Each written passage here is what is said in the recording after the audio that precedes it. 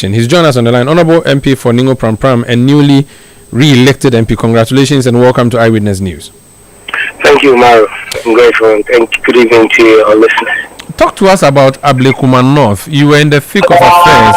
The chairperson deputy of the EC has just said their officers were being ordered under duress to make the announcement that they made, and that one would include what happened a short while ago, which you supervised. Well, Samuel Tettey seems to be hallucinating and doesn't have the facts right. He was nowhere near the Greater Accra Regional Collation Center. He does not know what transpired there, except Samuel Tettey is acting on behalf of a political party and is no longer a neutral member of the Electoral Commission. Then he should wear the NPP's colors. Let's know that he is doing the bidding of the NPP. But if Samuel Tettey wants to remain an independent electoral commissioner, then he should get his facts straight, get his facts right, and stop misrepresenting the facts. There is nothing factual about what Samuel Tettey has said.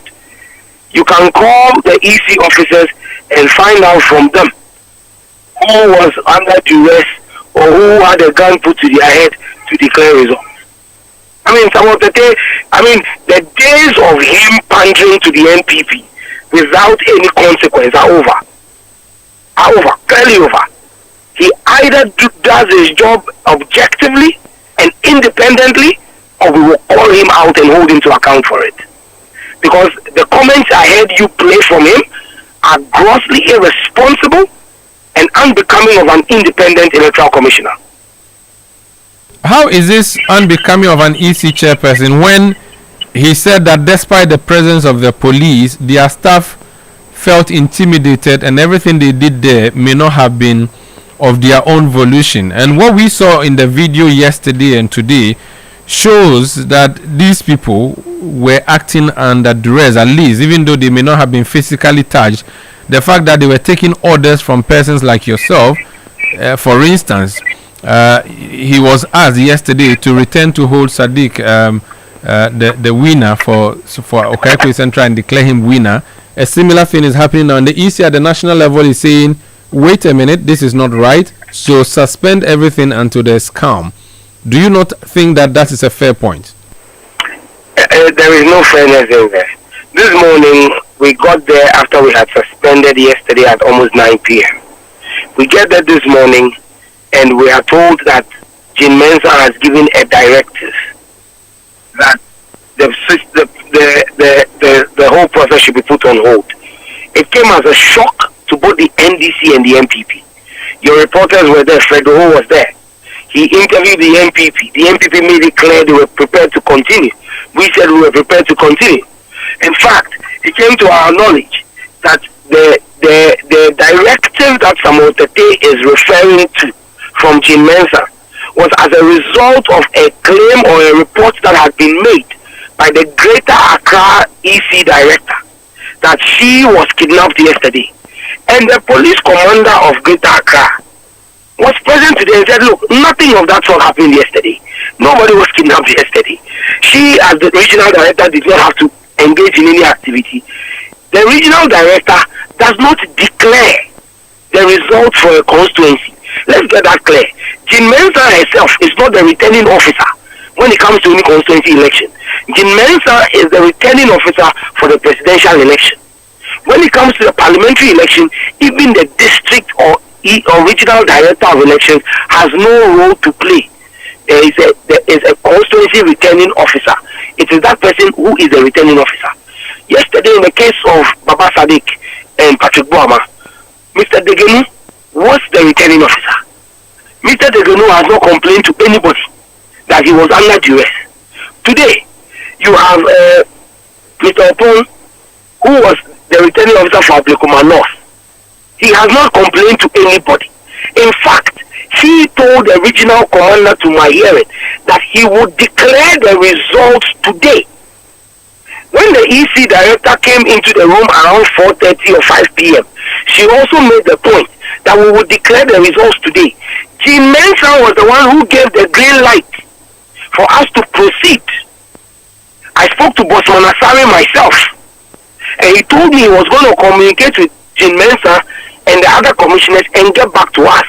Jean Mensah called the regional director and told the Mrs. Pinker and told her to give the green light for the process to continue. So if Samuel Tettey is saying that they had suspended it, he should go and check with Jean Mensah and stop speaking out of 10. Like I said, except he is seeking to be a partisan player, except he is seeking to be an officer of the NPP and the Electoral Commission, he should stop misinforming the public. Because Jean Mensah gave the green light for the processes for Ablekuma North to proceed today. If anybody has a problem with it, they will go to court. It does not lie in Samuel Tettey's mouth.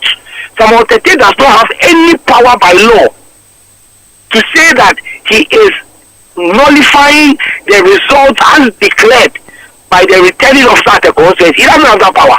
He is deceiving himself. Under what power did the returning officer declare your parliamentary candidate for Ablekuma North elected? We had completed 219 out of 281 polling stations. We got there today with an additional 26 pink sheets. And let's take for the record, the NPP came to the collation center without one single pink sheet. They claim that they came with scanned pink sheets. If you say you have scanned pink sheets, you must have scanned them from original pink sheets. Provide us the original pink sheet, they couldn't provide them. How then do you authenticate digitally created pink sheets? How can the MPP claim that 281 pink sheets, they don't even have a single one? There was some incident at the district office where MPP thugs attacked the EC and bent the EC's pink sheet. The EC had already compiled 160 polling stations. Yesterday, we proceeded to provide them additional pink sheets, which took us to 219. The agreement was simple. There are three players in this election: the Electoral Commission, the NDC, and the NPP. Where we can find two of the players having their pink sheets, we will accept it. So whether the NDC and the NPP have it and the Electoral Commission don't have it, we will accept it. Where the NPP and the Electoral Commission have it and the NDC does not have it, we will accept it. Where the NDC and the Electoral Commission have it and NPP don't have it, we will accept it. But we will not accept a pink sheet from only one party. No, except that party is the Electoral Commission. So the NDC cannot bring a pink sheet when the NPP doesn't have one, a copy of the same, for us to accept it if the EC doesn't have one. And same with the NPP. And that's what we did yesterday. Yesterday, there were 3 polling stations where the NDC didn't have our pink sheets. The NPP said they had scanned copies. The EC said they had their own records. We accepted it as the NDC because once the EC says they have those figures and they match with the NPP's figures, we could not object to it. Today when we got there, with our new 26 polling stations to add to the 219 that was completed yesterday, the NPP says no, they won't allow us to go through that process. And that created a chaos. But if you have 218 out of 270, and the margin is much more consequential than what is outstanding, the EC has gone after I have to declare. If anybody has a challenge, right now, so long as the EC do not have the pink sheet for the outstanding polling station, the only way you can verify and authenticate what is on the face of the pink sheet is to go into the ballot box. Now, to go into the ballot box, you need a court order, and you need to be sure that the ballot boxes have been preserved in a manner that has not been compromised. Otherwise, the court will order a rerun in those individual polling stations. So we have completed our process with the Electoral Commission. The results as declared by the returning officer are valid. Samuel Tettey of the Electoral Commission has no power to invalidate the decision and declaration of a constituency returning officer. Only a court of competent jurisdiction has that power. If anybody has deceived Samuel Tettey, or it is his partisan political coloration that is making him assume those powers, well, he will be laughing on the wrong side of his mouth because he has been deceived. So there's this 70% that you use as a basis for the declaration. Is it a convention? Is it a law? Oh, Maru, there are several instances where that has happened. So long as the remainder of the constituency or police stations do not materially affect the result as declared, you proceed. In 2020, there's a Shiri also constituency. It was declared with just about 68% of polling stations. The MP came and sat in Parliament for 4 years. So it's a convention, it's not a law. I'm saying if anybody says that it is illegal, they should go to court. I haven't said that. I'm just asking you for education because you used it yesterday. I wanted to know the basis. Is it a law? Is it a convention? That's what I needed to know. Law is created by statute, by custom, or by convention. Any of them form basis of law. If something is illegal, go to court and go to court and let the court make a determination on it. This particular one, was it a convention? Was it a statute, or it was? I'll give you an example that Shiri also in 2020 was determined by less than 70% of the police stations.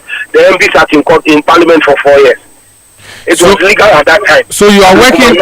So you are working with the Ablekuma North declaration as of this afternoon. Because I'm saying that Samuel Tettey does not have the power to invalidate the declaration of the returning officer. Only a court of competent jurisdiction has that power. Very well. If Samuel Tettey is being partisan, he will be disappointed in his partisanship. Very well. Thank you so much for speaking to us. Grateful. Now, Samuel Tettey George is a newly re-elected NDC MP for Ningo Pram Pram. This